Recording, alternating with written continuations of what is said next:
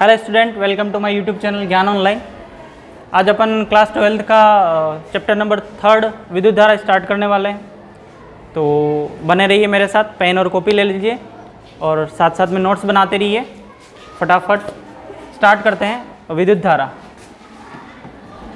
विद्युत धारा, विद्युत धारा।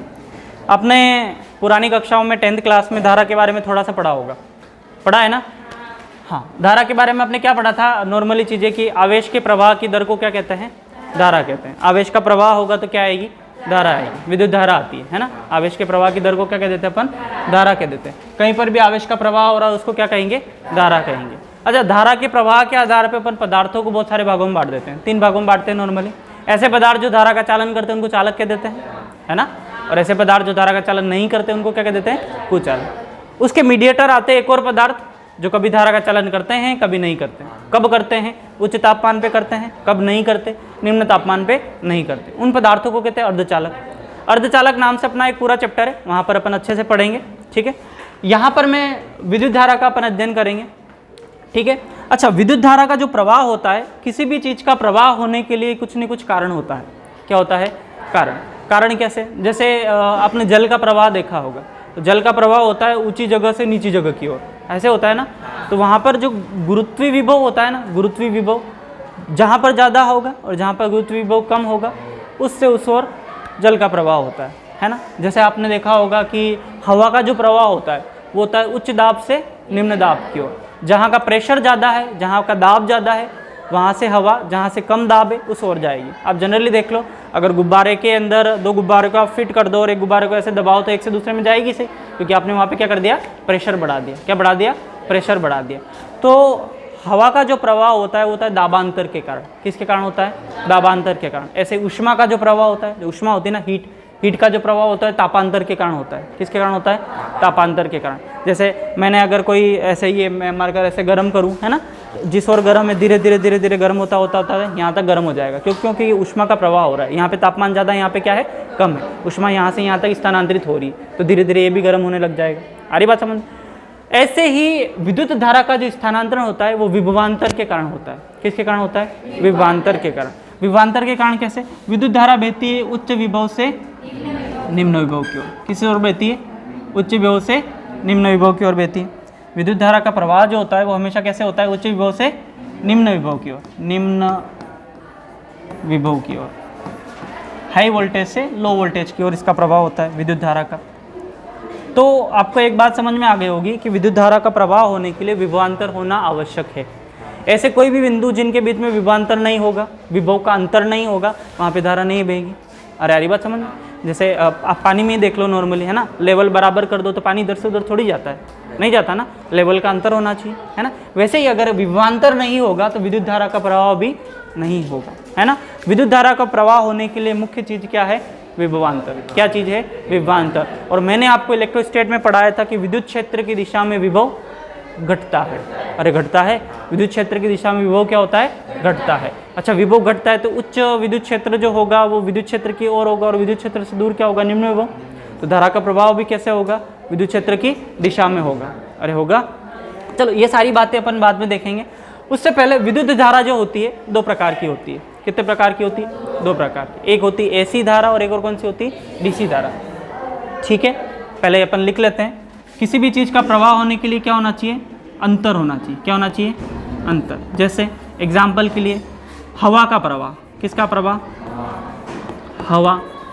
हवा का जो प्रवाह होता है वो किस कारण होता है? दाबांतर के कारण। किस कारण होता है? दाबांतर के कारण। बस सर फ्री है, ये तो फ्री है वैसे, मार तो चल रहा। चलो, हवा का जो प्रवाह होता है किस कारण होता है?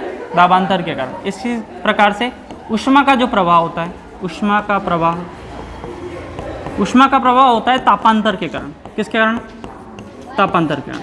उच्च ताप से निम्न ताप की ओर ऊष्मा का प्रवाह होता है।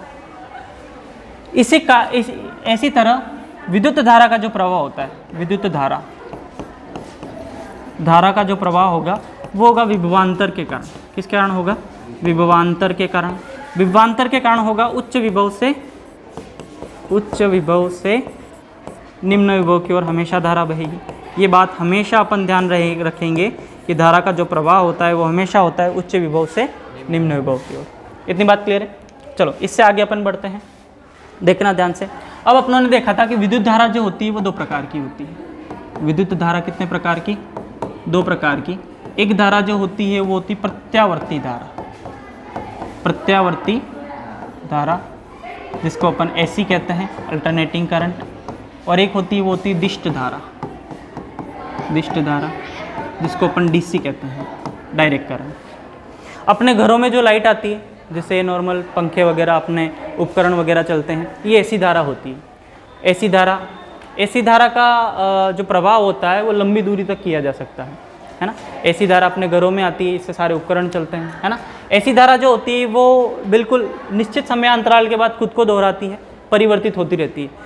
इसके जो चक्र होते हैं इसमें धनात्मक भी होते हैं और ऋणात्मक चक्र भी होते हैं। ये कुछ इस तरह से प्रवाह करती है, ये ऐसे चलती है, positive negative, positive negative, positive negative, ऐसे चलती है। कभी पॉजिटिव, कभी नेगेटिव, कभी पॉजिटिव, कभी नेगेटिव, कभी पॉजिटिव, कभी नेगेटिव।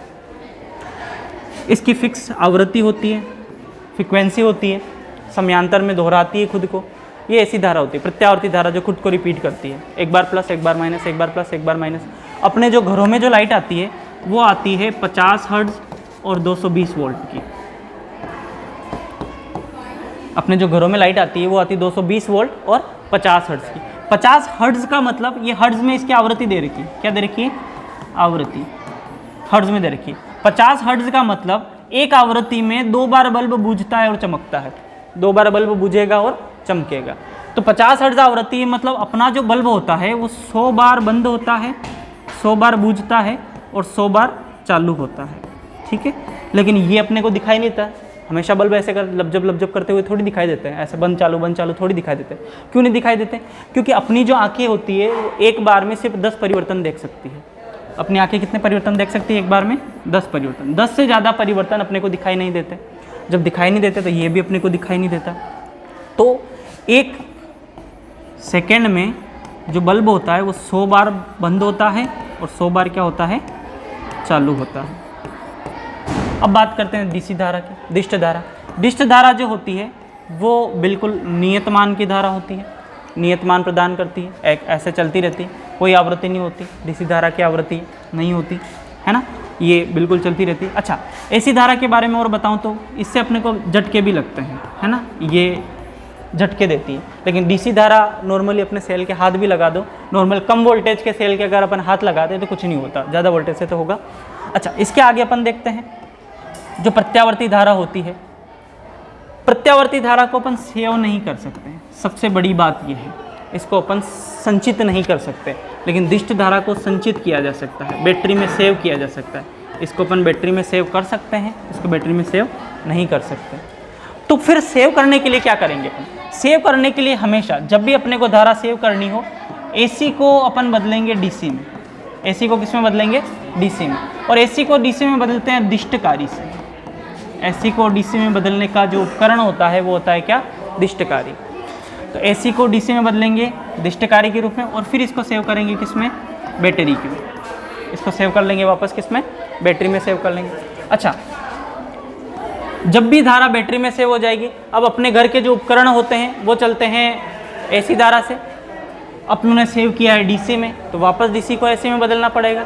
तो डीसी को वापस अपन एसी में बदलते हैं, वो बदलते हैं इन्वर्टर से। डीसी को वापस से एसी में किससे बदलते हैं? इन्वर्टर से। अपने घरों में जो इन्वर्टर लगा होता है ना, वो डीसी को किस में बदलता है? एसी में बदलता है। मतलब कुल मिला के अपना जो चार्जर होता है मोबाइल का चार्जर, वो एक तरह से दिष्टकारी है ना। मोबाइल में जो बैटरी होती है उसमें ऊर्जा सेव करते हैं, तो एसी को अपन चार्जर से पहले डीसी में कन्वर्ट करते हैं, डीसी में एनर्जी सेव हो जाती है और डीसी से वापस मोबाइल चलता है। लेकिन घरों में क्या होता है, अपन इन्वर्टर की बैटरी चार्ज कर लेते हैं, एसी को डीसी में बदलते हैं दिष्टकारी से, और डीसी से वापस बदलते हैं एसी में इन्वर्टर से, और एसी से अपनी घरों की लाइटें चलती है।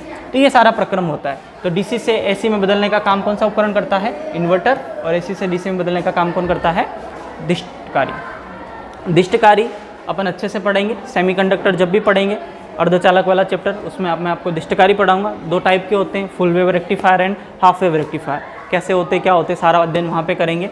अर्धचालक भी अपन वहीं पे पढ़ने वाले हैं। तो आपको धारा का हल्का हल्का नॉलेज हो गया है कि धारा जो होती है वो 2 प्रकार की होती है, प्रत्यावर्ती धारा और दिष्ट धारा। प्रत्यावर्ती धारा का अपना एक पूरा चैप्टर है ऐसी करके। प्रत्यावर्ती धारा को अपन वहाँ पे अध्ययन करेंगे। यहाँ पर विद्युत धारा इस थर्ड चैप्टर में मैं जो भी पढ़ाऊंगा वो सारा दिष्ट धारा के बारे में पढ़ाऊंगा। जितने भी उपकरण पढ़ाऊंगा सारे दिष्ट धारा के बारे में पढ़ाऊंगा। जितना भी अध्ययन करेंगे सारे दिष्ट धारा के बारे में अध्ययन करेंगे। मैं यहाँ पर प्रत्यावर्ती धारा का अध्ययन अपन नहीं करने वाले हैं। प्रत्यावर्ती धारा का अध्ययन अपन इसी चैप्टर में करने वाले हैं, अगले वाले चैप्टर में। यहाँ पर अपन दिष्ट धारा का अध्ययन करते हैं। तो बात करते हैं इससे आगे। आपको एक बात समझ में आ गई होगी कि मैं दिष्ट धारा आपको पढ़ाने वाला हूँ विद्युत धारा वाले चैप्टर में। अच्छा, इससे आगे अगर अपन बात करें तो धारा, आपने धारा की परिभाषा नॉर्मली पढ़ी होगी। विद्युत धारा, विद्युत धारा, विद्युत धारा जो होती है आवेश के प्रवाह की दर को क्या कहते हैं? धारा कहते हैं। आपको जनरली पता है आवेश के प्रवाह की दर को क्या कहेंगे? आवेश के प्रवाह की दर को विद्युत धारा कहते हैं, विद्युत धारा कहते हैं। जहाँ भी दर शब्द आता है इसका मतलब समय का भाग देना है। तो विद्युत धारा को अपन I से लिखते हैं। आवेश के प्रवाह की दर मतलब आवेश का प्रवाह हो रहा है Q/T, क्या आ जाएगी? ये धारा आ जाएगी। ये नॉर्मल बातें आपने 10th क्लास में पढ़ी होगी। आवेश का जो मात्रक होता है वो कुलाम होता है और समय का जो मात्रक होता है वो क्या होता है? सेकेंड होता है। तो ऐसे इसका मात्रक कुलाम पर सेकेंड या एम्पियर हो जाएगा। क्या हो जाएगा? एम्पियर। अब धारा का जो SI मात्रक है, धारा का SI मात्रक क्या होता है? एम्पियर होता है। धारा का SI मात्रक क्या हो जाएगा? एम्पियर हो जाएगा। अच्छा, इससे आगे अगर अपन बात करें विद्युत धारा, विद्युत धारा का प्रवाह जो होता है वो होता है आवेश के कारण। आवेश जब भी प्रवाहित होगा विद्युत धारा का प्रवाह होगा। विद्युत धारा का प्रवाह आवेश के कारण होता है। और आवेश आपको बताया, मैंने इलेक्ट्रोस्टैट में पढ़ाया था, आवेश दो प्रकार का होता है, धनावेश और ऋणावेश। धनावेश जो बहता है, धनावेश के समान दिशा में धारा बहती है। धारा का जो प्रवाह होता है वो धनावेश के समान दिशा में होता है और धारा का जो प्रवाह होता है वो ऋणावेश के विपरीत दिशा में होता है। ये बात भी आप ध्यान रखेंगे। धारा का प्रवाह ऋणावेश के विपरीत दिशा में और धनावेश के समान दिशा में होता है। मतलब अगर कोई प्लस का चार्ज इधर से इधर जा रहा है तो धारा की दिशा भी यही रहेगी, और अगर कोई माइनस का चार्ज इधर से इधर जा रहा है तो धारा की दिशा जो आएगी वो इसके विपरीत आने वाली है, इस तरह से। तो आवेश अगर धनावेश है तो धारा की दिशा समान दिशा में होगी, और आवेश अगर ऋणावेश प्रवाहित हो रहा है तो धारा की दिशा इसके विपरीत दिशा में होगी। तो ये बातें अपने पास क्लियर है। धारा, विद्युत धारा के बारे में अपन देख लिया। विद्युत धारा उच्च विभव से निम्न विभव की ओर बहती है। पहली बात ध्यान में रखनी है अपने को बहुत ज़्यादा। धारा दो प्रकार की होती है, प्रत्यावर्ती धारा और दिष्ट धारा। कैसे होती है अपन पहचान सकते हैं आराम से। उसके बाद में AC से DC में बदलने का काम करता है दिष्टकारी, और DC से AC में बदलने का काम करता है कौन? इन्वर्टर। उसके बाद अगर अपन आगे बढ़े तो आवेश के प्रवाह की दर को अपन क्या कह देते हैं? धारा। यहाँ से अपने पास धारा का एक फॉर्मूला आ गया, I बराबर Q/T। अगर धनावेश का प्रवाह हो रहा है तो धनावेश के समान दिशा में धारा बहेगी, और अगर ऋणावेश का प्रवाह हो रहा है तो ऋणावेश के विपरीत दिशा में धारा बहेगी। इससे आगे अगर मैं बात करूं तो जैसे धारा के बहुत सारे प्रकार होते हैं। अपन नॉर्मली जैसे कोई भी प्रश्न दे दे, आवेश दे दे, समय दे दे, धारा निकालनी हो, ऐसे अपन प्रश्न कर लेते हैं। एक और होता है औसत धारा। औसत धारा भी मैं आपको बता देता हूँ। तो कुछ प्रश्न करते हैं, देखना आप। धारा किसी तार से, प्रश्न लिखना, किसी तार से 20 कूलाम आवेश 2 सेकंड में प्रवाहित होता है,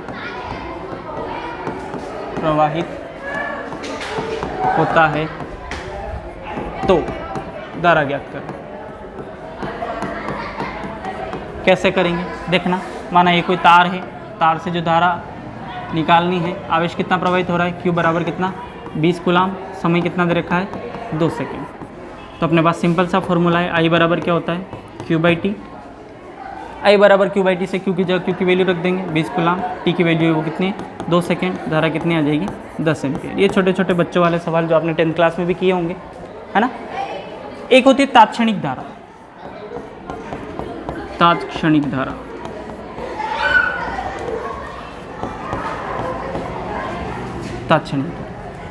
समय के किसी एक क्षण पर धारा का जो मान होता है उसको तात्क्षणिक धारा कहते हैं।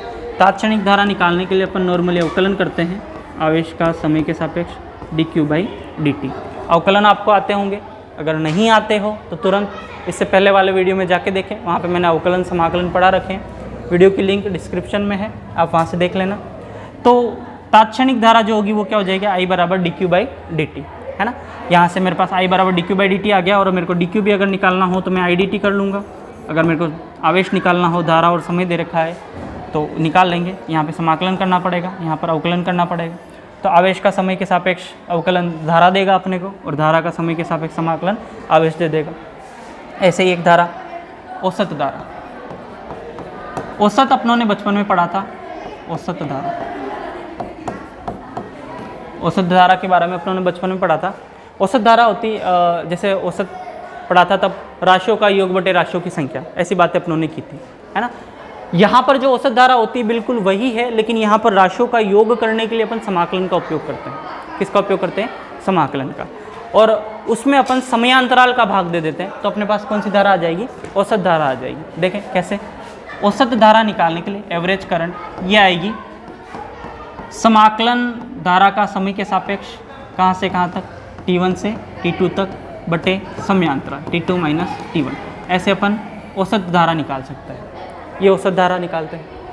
तो जैसे नॉर्मली प्रश्नों में पूछ ले कि किसी एक तार से 2 से 10 सेकेंड तक निम्न आवेश प्रवाहित हो रहा है, आवेश की कोई भी समीकरण दे दे, धारा की समीकरण दे दे, तो औसत धारा का मान ज्ञात कीजिए, तो अपने को ऐसे करना पड़ेगा। क्लियर, इस तरह के प्रश्न अपन कर लेंगे। नॉर्मल प्रश्न करते हैं थोड़ी प्रैक्टिस के लिए। ये नॉर्मल कॉन्सेप्ट है, छोटे छोटे, मैं इनको थोड़ा स्पीड में ले रहा हूँ इसीलिए, है ना। आगे जो समझने वाले कॉन्सेप्ट आएंगे ये आपने पढ़ रखे हैं, 10th क्लास में भी पढ़े हैं। नॉर्मली विद्युत धारा के बारे में सबको पता रहता है कि आवेश के प्रवाह की दर को धारा कहते हैं। I बराबर q/t होता है, dq/dt करके अवकलन करके मैं निकाल सकता हूँ। 1 2 3 प्रश्न कर लेते हैं ऐसे, तो अपने को अच्छे से क्लियरिटी आ जाएगी। देखना, एक प्रश्न करते हैं। जैसे अपने को एक आवेश दे रखा है I बराबर 3t² + 4t + 2 कूलाम। तो t बराबर 2 सेकेंड पर धारा का मान निकालना है। अच्छा, एग्जैक्ट 2 सेकेंड पे पूछा है, किसी एक क्षण पे पूछा है, मतलब तात्क्षणिक धारा निकालनी है। और तात्क्षणिक धारा निकालना मैंने आपको बताया था, I बराबर क्या हो जाएगी, dq/dt। अगर I बराबर dq/dt हो जाएगा तो I बराबर dq की जगह q की वैल्यू रखता हूँ, वीडियो पुश करना। चलो, यहाँ से I बराबर dq/dt हो जाएगा, और dq की जगह q की वैल्यू रख देता हूँ 3t² + 4t + 2/dt। इसको अगर मैं सोल्व करूँ तो ये हो जाएगा, 2 आगे आएगा, कितना हो जाएगा 6, और 2 में से 1 कम हो जाएगा, प्लस यहाँ पे एक घात आगे आएगी, 4 × 1 4 हो जाएगा, ये t और 1 - 1 हो जाएगा, और 2 कांस्टेंट है, और कांस्टेंट का अवकलन कितना होता है, 0। I बराबर हो जाएगा ये 6t और 2 - 1 1 हो जाएगा, प्लस ये 4t की पावर 0, t की पावर 0 कितना हो जाएगा, 1 हो जाएगा, प्लस 0। ये आ जाएगा मेरे पास I बराबर 6t प्लस t की पावर 0 1 हो गया, तो 1 × 4 कितना हो जाएगा, 4। आपको पता होगा किसी की पावर 0 1 होता है। I बराबर 6t + 4 हो गया, और मेरे को t की वैल्यू दे रखी है, t की वैल्यू कितनी दे रखी है, 2 सेकेंड। t की जगह 2 सेकेंड रख देते हैं, 6 × 2 सेकेंड प्लस 4 कितनी आ जाएगी, ये 6 × 2 12 और 4 16 एम्पियर। ये इस तरह के नॉर्मल से अवकलन वाले प्रश्न जो आपके बोर्ड में आसानी से पूछ लेते हैं, ये आपको करना अच्छे से आना चाहिए। और अवकलन और समाकलन, बेसिक मैथ, सदिश, ये ऐसी चीज़ें हैं जो पूरी फिजिक्स की जान होती है, ये अपने को अच्छे से आने चाहिए। अगर नहीं आते हो तो वीडियो बना रखे हैं मैंने, आप जाके आराम से देखें, उनको समझें और फिर यहाँ आके पढ़ें। क्योंकि अगर आपका अवकलन नहीं आता तो आप इस टाइप के प्रश्न नहीं कर पाओगे, आपको समाकलन नहीं आता तो इससे और भी अच्छे प्रश्न होते हैं, वो आप नहीं कर पाओगे। इससे और वैरायटी देखते हैं अपन प्रश्नों की। जैसे एग्जाम्पल के लिए मैं आपको दे देता हूँ प्रश्न। आपको दिया है I बराबर 2t² + 9t + 3 एम्पियर, और आपसे पूछा है कि आवेश निकालो, Q बराबर याद करो। कैसे करेंगे इस प्रश्न को, एक बार वीडियो पॉज करके करने की कोशिश करना। चलो मैं बता देता हूँ, देखना इधर सॉल्यूशन। इधर क्या करेंगे अपन, आपको पता है I बराबर dq/dt होता है, यहाँ से dq बराबर क्या हो जाएगा, I/dt, है ना। Q निकालना है, I/dt कर लूँगा मैं। तो समाकलन ऑफ डी क्यू, समाकलन ऑफ आई डी टी, है ना, लिमिट नहीं दी है, विदाउट लिमिट वाला समाकलन है। तो डी क्यू का समाकलन जो होगा वो हो जाएगा क्यू, आई की जगह आई की वैल्यू रख देते हैं। आई की वैल्यू कितनी है 2t² प्लस 9t प्लस 3 का dt के सापेक्ष समाकलन करना है। ये हो जाएगा q बराबर 2t की पावर 2 + 1 अपॉन 2 + 1 प्लस 9t की पावर यहाँ 1 है, 1 + 1 अपॉन क्या आ जाएगा 1 + 1। यहाँ पर 3t की पावर 0 है तो 3t की पावर 0 + 1 अपॉन 0 + 1 हो जाएगा। यहाँ t की पावर 0 कैसे है, t की पावर 0 ऐसे है कि t की पावर 0 का मान होता है 1, 3 × 1 ऐसे लिख सकते हैं 3 को, t की पावर 0 1 हो गया और ये हो गया। यहाँ देखना q बराबर मेरे पास आ जाएगा q बराबर 2t की पावर कितनी 3/3 प्लस यहाँ पे 9t की power 2 plus upon 2 plus 3t/1 और 1 को नहीं लिख रहा हूँ, ये आ जाएगा, ये गुलाम, ये अपने आवेश आ गया, ये आंसर आ गया। तो ये नॉर्मल वैरायटी है प्रश्नों की, थोड़े बहुत प्रश्न हैं, एक अवकलन का, एक समाकलन का, है ना। अब जैसे आपसे नॉर्मली पूछ ले, अगला प्रश्न करते हैं, तब तक आप ये उतार लीजिए वीडियो पॉज करके, फिर अपन आगे बढ़ते हैं।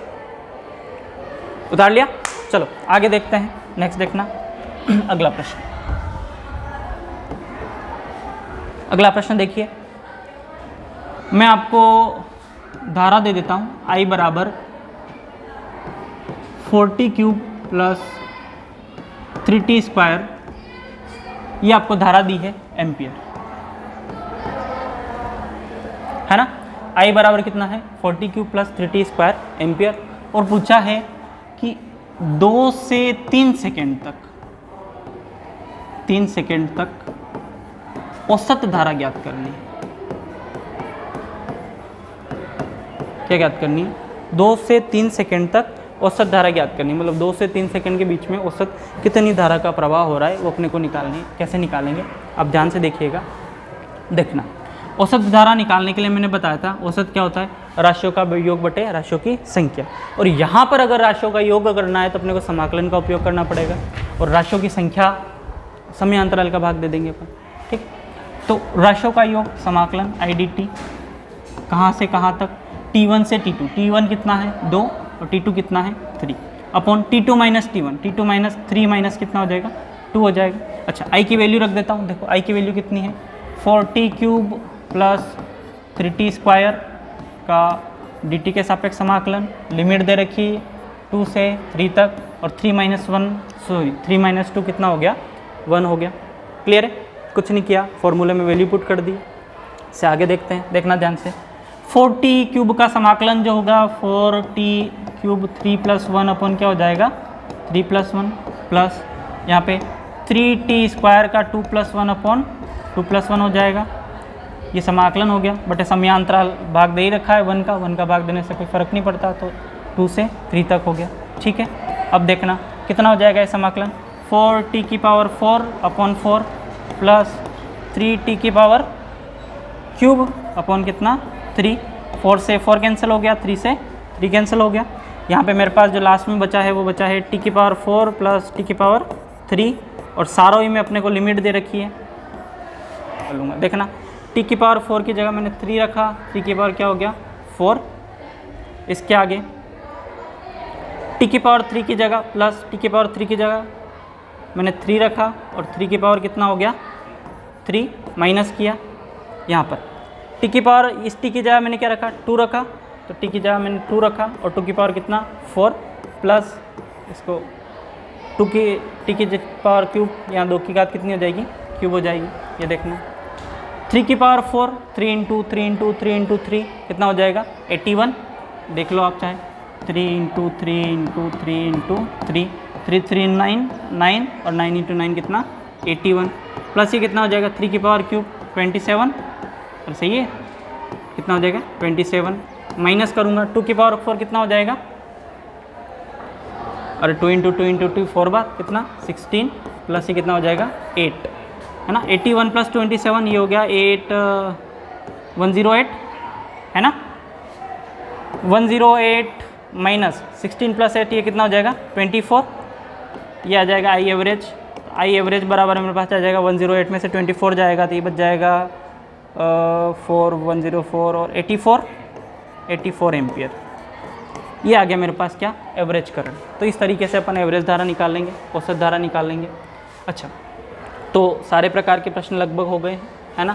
एक नॉर्मल सा प्रश्न छोटा सा, हाँ 20 कूलम आवेश प्रवाहित हो रहा था, सिर्फ धारा निकालनी है, ठीक है।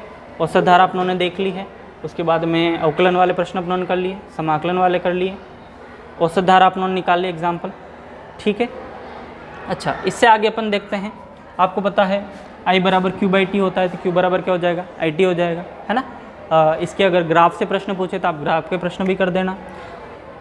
ग्राफ के प्रश्न के साथ में अपन कल मिलते हैं, आज के लिए इतना ही रखते हैं। ये थोड़ा सा इंट्रो है हल्का सा, इस इंट्रो में आप देख लो, आपको अगर कुछ नहीं समझ में आया हो तो कमेंट करके बताएं। अपनों ने क्या क्या पढ़ लिया है। विद्युत धारा उच्च विभव से निम्न विभव की ओर बहती है ना। हवा का जो प्रवाह होता है दाबांतर के कारण होता है, ऊष्मा का प्रवाह किस कारण होता है, तापांतरण के कारण होता है। विद्युत धारा का प्रवाह किस कारण होता है, विभवांतर के कारण होता है। इससे आगे देखना, विद्युत धारा दो प्रकार की होती है, प्रत्यावर्ती धारा और दिष्ट धारा। प्रत्यावर्ती धारा सब आपको पता है, दिष्ट धारा, ठीक है। उसके बाद में विद्युत धारा उच्च विभव, ये एसी को डीसी में बदलने के लिए अपन दिष्टकारी का उपयोग करते हैं, और डीसी को एसी में बदलने के लिए इसका उपयोग करते हैं, इन्वर्टर का उपयोग करते हैं। आवेश के प्रवाह की दर को धारा कहते हैं। नॉर्मल फॉर्मूला आपको पता होना चाहिए। आपको मेनली औसत धारा निकालने आनी चाहिए। ये तात्क्षणिक धारा निकालना आ गई, औसत धारा, और अपनों ने प्रश्न भी कर लिए इसके ऊपर, है ना। प्रश्न भी हो गए, औसत धारा, सारे प्रश्न। तो क्या सारे चीज़ें आपको क्लियर है अच्छे से, है ना। क्लियर हो तो कमेंट करके यस बताएं, नहीं हो कोई डाउट हो तो कमेंट में लिख दें। और अच्छे से पढ़िए, अच्छे से पढ़ते रहिए। इस चैप्टर के बाद में, यहाँ इसके बाद में मैं आपको इस पूरे चैप्टर में टोटल 13 राशियों का अध्ययन करवाने वाला हूँ। 13 राशियों में ये पूरा चैप्टर खत्म हो जाएगा। अच्छे से एक एक राशि गिन के अच्छे से अपन समझ लेंगे, अपनी उंगलियों पे रहेगा थोड़े दिन बाद चैप्टर। तो आज के लिए इतना ही रखते हैं, मिलते हैं नेक्स्ट वीडियो में।